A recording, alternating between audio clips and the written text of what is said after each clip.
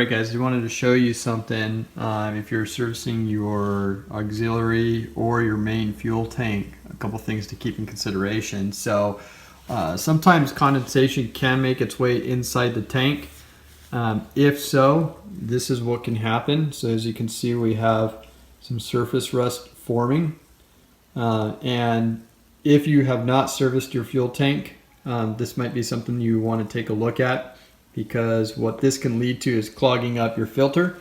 So this is an auxiliary tank out of a Hunter H1, and what you can see here, if I can get into focus, is that this strainer is starting to collect some of those remnants of that. You can actually see it here. There you go. It's starting to collect remnants of those that rust. Also, if you look on the sender, you see the sender is starting to corrode. So if you're having any issues with possibly your fuel level, this could be an indication too, because again, you got some corrosion. But yeah, I just wanted to show you. And if you look inside the tank here, I mean, it's hard to see, but it's actually clean.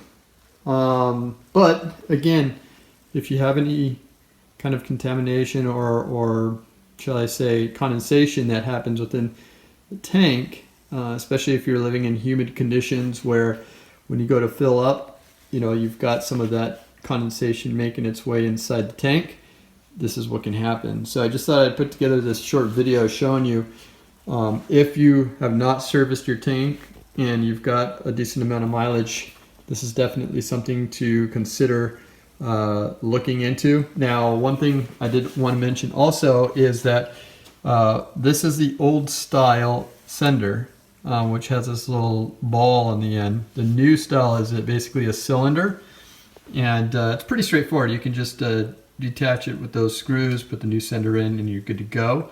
But as you can see, again, that condensation can lead to the rust, which then can lead to other problems. So make sure you're servicing the fuel tank.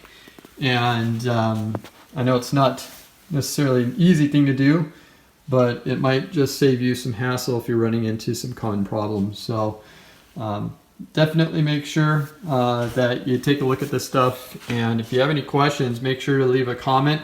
I'm actually going through and cleaning out this auxiliary tank. That'll be going on a gasser. That's right, not a diesel, a gasser.